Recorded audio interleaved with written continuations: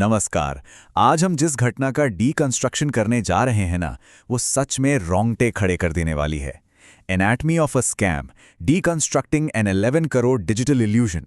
सोचिए, आज के इस डिजिटल दौर में स्कैमर्स किस हद तक शातिर हो चुके हैं। इसका एक जीता जागता या कहिए भयानक उदाहरण मुंबई में देखने को मिला है।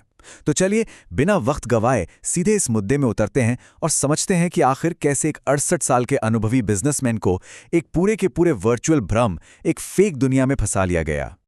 लगभग 10.98 करोड़ रुपए, मतलब करीब करीब 11 करोड़। ये कोई छोटी मोटी रकम तो बिल्कुल नहीं है ना?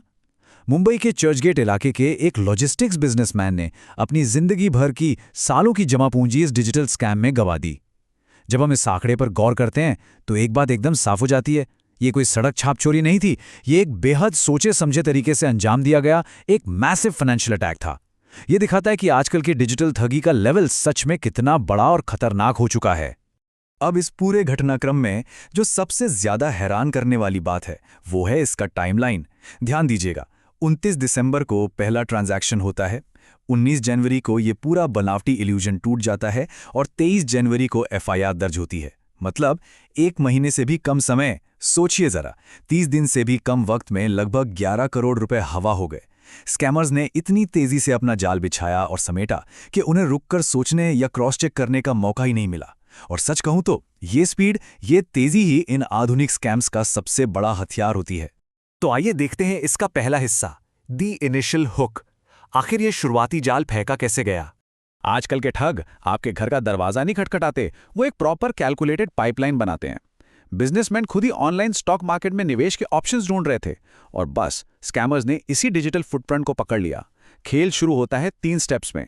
पहला, एक नॉर्मल सा दिखने वाला ऑनलाइन एडवर्टाइजमेंट जिस पर क्लिक किया गया। दूसरा, व्हाट्सएप पर एक अनजान नंबर से मैसेज आना, नाम बताया गया मोहन शर्मा। और तीसरा सबसे बड़ा कदम, उन्हें एक वीआईपी ग्रुप में ऐड कर देना। वो ऑनलाइन ऐड तो सिर्फ एक चारा था, असली जाल तो व्हाट्सएप पर बुना जा रहा था, जहां एक आम इंसान को वीआईपी होने का बड़ा ही खास एहसास दिलाया गया। अब ये मोहन शर्मा भाई साहब ने खुद को क्या बताया? Stock market advisor. सुनने में कितना सिंपल लेकिन अथॉरिटेटिव टाइटल लगता है ना? जब कोई इस टाइटल के साथ व्हाट्सएप पर मैसेज करता है तो तुरंत एक भरोसा बनने लगता है। इंसान की फितरत ही ऐसी है कि हम टाइटल्स और अथॉरिटी फिगर्स पर जल्दी विश्वास कर लेते हैं। ये टाइटल स्कैमर्स के लिए एक एंट्री पास बन गया, एक ऐसी चाबी जिसने दिमाग में एक एक्सपर्ट की इमेज फिट कर दी। अगला पड़ाव है क्रिएटिंग द इल्यूजन, यानी वो भ्रम का निर्माण जो बिल्कुल असली लगता था। एक बार जब वो इनिशियल भरोसा बन गया तो स्कैमर्स ने अपना गेम लेवल अप कर दिया। शिकार को ऐसा फील कराया गया जैसे वो किसी बहुत ही एक्सक्लूसिव इंटरनेशनल इंस्टीट्यूशन का हिस्सा बन गए हैं और इसके लिए फर्जी नामों का सहारा लिया गया। व्हाट्सएप ग्रुप का नाम देखिए, ट्रेडर टाइटन वीआईपी 46, काफी भारी भरकम नाम है। फिर एक इंटरनेशनल कंपनी का दावा किया गया जिसका नाम बताया वॉरबर्ग, और तो और इस कंपनी का एक जनरल मैनेजर भी बना दिया गया जिसका नाम रखा एलेक्स। ये सब मिलकर एक इतना जबरदस्त कॉर्पोरेट फसाड, एक नकली दुनिया बनाते हैं कि जब किसी को ऐसे प्रोफेशनल लगने वाले ग्रुप में जोड़ा जाता है तो दिमाग अपने आप इस झूठ को सच मान बैठता है। इस फेक विश्वास को और भी मजबूत करने के लिए क्या किया गया? एक premium member institutional account app download करने का लिंक भेजा गया और कहा गया कि मुबारक हो, आपका एक खास अकाउंट खोला गया है। अब देखिए, आजकल ऐप डाउनलोड करना इतना आम हो गया है कि हमें कोई शक ही नहीं होता, लेकिन यहां कैच था। ये ऐप किसी लेजिटिमेटली रजिस्टर्ड प्लेटफॉर्म का नहीं था, बल्कि ये तो उन स्कैमर्स का अपना खुद का बनाया हुआ प्राइवेट सॉफ्टवेयर था। और यही उस पूरे इल्यूजन का सबसे बड़ा तकनीकी हिस्सा था। यहां जो कॉन्ट्रास्ट है ना, वो सच में चौंकाने वाला है। एक तरफ ऐप का डिस्प्ले था, जैसे ही अकाउंट में पैसे ट्रांसफर किए जाते वो तुरंत इंस्टेंटली ऐप के वॉलेट बैलेंस में चमकने लगते थे। देखने वालों को लगता कि वाह, ट्रेडिंग प्लेटफॉर्म पर मेरे फंड्स ऐड हो गए। लेकिन रियलिटी बिल्कुल अलग थी। असलियत में वो पैसे ऐप में नहीं बल्कि सीधे अलग अलग अनजान बैंक अकाउंट्स में ट्रांसफर हो रहे थे। ऐप के उस यूजर इंटरफेस और पैसों की असली मूवमेंट का आपस में दूर दूर तक कोई कनेक्शन नहीं था। ये ऐप सिर्फ एक बनावटी डैशबोर्ड था जो आंखों में पूरी तरह से धूल झोंक रहा था। खैर, इस भ्रम को कंटिन्यूअसली बनाए रखने के लिए स्कैमर्स एक पल को नहीं रुके। Wings of freedom group A1, wings of freedom group B जैसे ग्रुप्स बनाए गए और एक आयशा सिंह नाम की सो कॉल्ड एक्सपर्ट से रेगुलर एडवाइस आती रही। ये कांस्टेंट एंगेजमेंट की काफी शातिर स्ट्रैटेजी होती है। लगातार ट्रेडिंग की ट्रेनिंग चल रही है, टिप्स शेयर हो रही हैं, फेक प्रॉफिट के स्क्रीनशॉट्स रोज भेजे जा रहे हैं माहौल ऐसा बना दिया गया जैसे एक सचमुच का बहुत ही बिजी ट्रेडिंग फ्लोर चल रहा हो। इस नॉनस्टॉप कम्युनिकेशन ने बिजनेसमैन को कभी फुर्सत में बैठकर इस पर शक करने का वक्त ही नहीं दिया। और फिर आता है इस कहानी का तीसरा हिस्सा, द ट्रैप एंड एक्सटॉर्शन, जाल और वसूली का आखिरी खेल। करीब 1 महीने तक सब कुछ एकदम परफेक्ट चल रहा था। स्क्रीन पर लाखों करोड़ों का प्रॉफिट दिख रहा था। लेकिन फिर I the withdrawal request. Businessman ने तय किया कि बस अब और निवेश नहीं करना, मुझे अपने पैसे वापस निकालने हैं।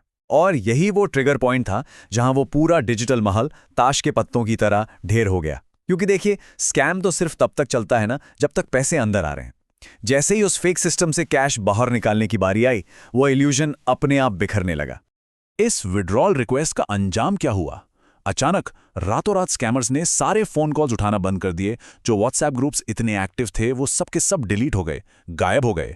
वो रोज रोज का शोर शराबा, वो ट्रेडिंग एडवाइस, वो आयशा सिंह, मोहन शर्मा, एलेक्स, सब के सब अचानक एक खौफनाक सन्नाटे में बदल गए। और ये सडन साइलेंस बहुत डरावनी होती है। स्कैमर्स को क्लियरली समझ आ गया था कि अब अकाउंट में और नया पैसा नहीं आएगा, इसलिए उन्होंने अपना आखिरी एग्जिट प्लान तुरंत एग्जीक्यूट कर दिया। लेकिन रुकिए, कहानी यहां खत्म नहीं होती। पूरी तरह गायब होने से ठीक पहले उन ठगों ने एक आखिरी और बेहद शॉकिंग डिमांड की, 8 करोड़ रुपए। उन्होंने दावा किया कि विड्रॉल क्लियर करने के लिए पहले ये पेनल्टी फी जमा करनी पड़ेगी। ये उनका एक आखिरी एक्सटॉर्शन अटेम्प्ट था, वसूली की कोशिश। और दरअसल यही वो एब्सोल्यूट रेड फ्लैग था जिसने अंत में जाकर क्लियर कर दिया कि ये कोई ट्रेडिंग प्लेटफॉर्म नहीं था, बल्कि एक मैसिव स्कैम था। अब बढ़ते हैं आखिरी हिस्से की तरफ, आफ्टरमैथ एंड लीगल एक्शन।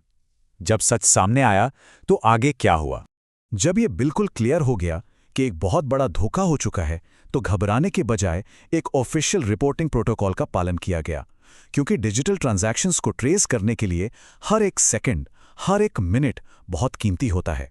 सबसे पहले तुरंत national cyber crime helpline number यानी 1930 पर कॉल किया गया। उसके बाद साइबर पुलिस से सीधे कांटेक्ट किया गया और फाइनल स्टेप में एक ऑफिशियल एफआईआर दर्ज की गई। इस एफआईआर में fraud, criminal conspiracy, identity theft और आईटी एक्ट के वायलेशन के चार्जेस शामिल थे। ऐसी सिचुएशन में बिना वक्त बर्बाद किए ऑफिशियल अथॉरिटीज को इन्वॉल्व करना ही सबसे जरूरी कदम होता है। अंत में ये पूरा केस एक बहुत ही चुभने वाला, सोचने पर मजबूर करने वाला सवाल छोड़ जाता है। जब डिजिटल प्रॉफिट बिल्कुल असली दिखने लगे, तो एक निवेशक कैसे पहचाने कि क्या इल्यूजन है और क्या रियलिटी? आज के इस विश्लेषण से हमने ये अच्छे से समझा कि आज के डिजिटल दौर में सिर्फ एक चमकती हुई स्क्रीन पर दिखने वाले नंबर्स पर आंख मूंदकर विश्वास कर लेना काफी नहीं है। एक प्राइवेट ऐप का फेक बैलेंस और किसी लेजिटिमेट बैंक का असली बैलेंस, इन दोनों में जमीन आसमान का अंतर होता है। ये पूरी घटना हम सब के लिए एक वेकअप कॉल है, एक अलर्ट है कि इंटरनेट पर मिलने वाले अनजान एडवाइजर्स और इन so called exclusive VIP groups के पीछे का सच हमेशा, हर हाल में परखना चाहिए। सही और सटीक जानकारी ही इस डिजिटल दुनिया में हमारी सबसे बड़ी ढाल है।